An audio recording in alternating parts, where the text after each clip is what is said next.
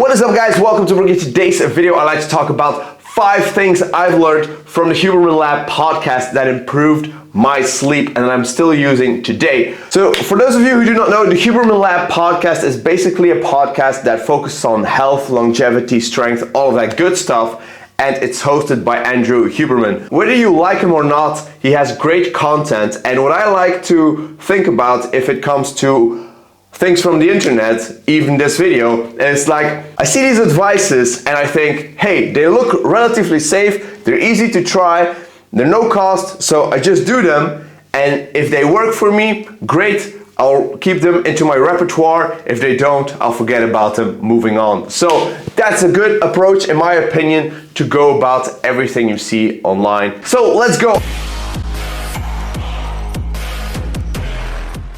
If you were to ask me what is the best supplement in order to get stronger and to recover better, I would say it's sleep. If you have adequate hours of sleep, next to that, quality is very important. And the way we improve quality is with these 5 things. So let's start with the first one, the one that Andrew is the most known for, and that is light. Sunlight exposure in the morning is so critical in order to wake yourself up, to set your circadian rhythm, to reset it, and just to go about your day. That's especially something that I feel during the winter months, because in the winter, sun only rises at 8:30 to 9 a.m. I wake up at 6:30, so I already have a long period without the sun, and I really feel that this works mentally on me. So I have an app on my phone that shows me when the sun is rising, so that I know I have to get out at the right time to view the sun. So now it's summertime, it's fairly easy. I get up, I get out, I go in my cold water plunge tub,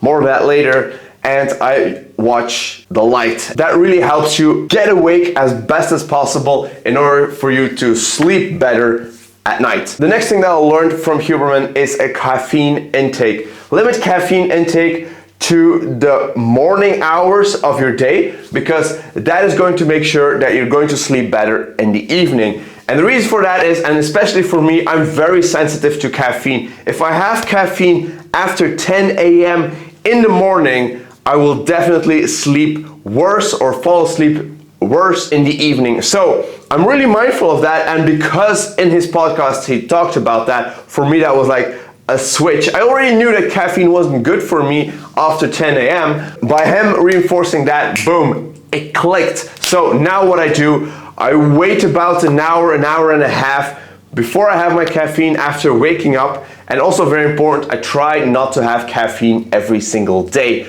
Usually I do it every other day so that I don't get too dependent on it. Next thing that has to do with fluid intake is water. So I love drinking water, and if you remember my videos from 75 Hard, we had to drink 2 bottles of 2 liters of water in a day. And gosh, if I didn't have them in the beginning of the day, I had to wake up to pee a lot. So basically the idea for me is 6 hours before I go to bed, I stop drinking water. So if I'm thirsty, I just take a sip, but I try to keep my water intake to a minimum. All the hours before that, I can sip, I can chug the water down, I can do whatever, but after 4 p.m. and I'm going to sleep at 10 p.m., so 6 hours before I go to bed, I limit my water intake in order for me not to get up so regularly out of bed. So I find that very helpful. It's not always easy to do, especially because you're in a social situation. Drinking, whatever type of drink it is always going to be there, and it's also going to be in the later hours. So it's difficult to manage, but try to be mindful of that. Speaking of social situations where we are drinking, I don't really like to drink alcohol that much, but sometimes it just happens. And with the Huberman Lab podcast about alcohol, I was really mindful because he really talks about the implications that alcohol has. Also, alcohol disrupts your sleep.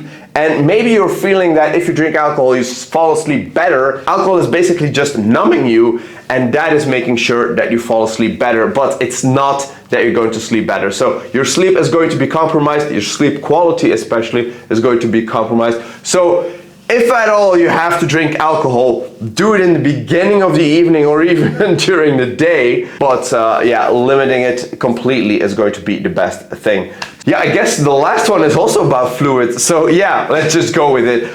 I love doing cold plunges. Cold water exposure is something that I tried a year ago already when my daughter was not yet born. And now she's already almost a year, so that makes it a year.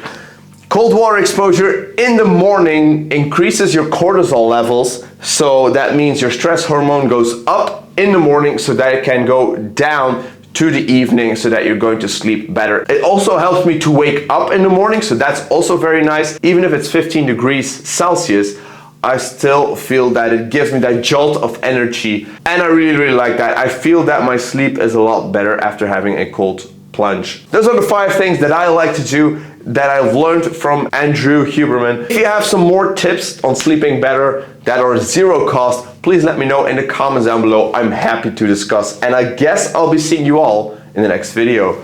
Peace!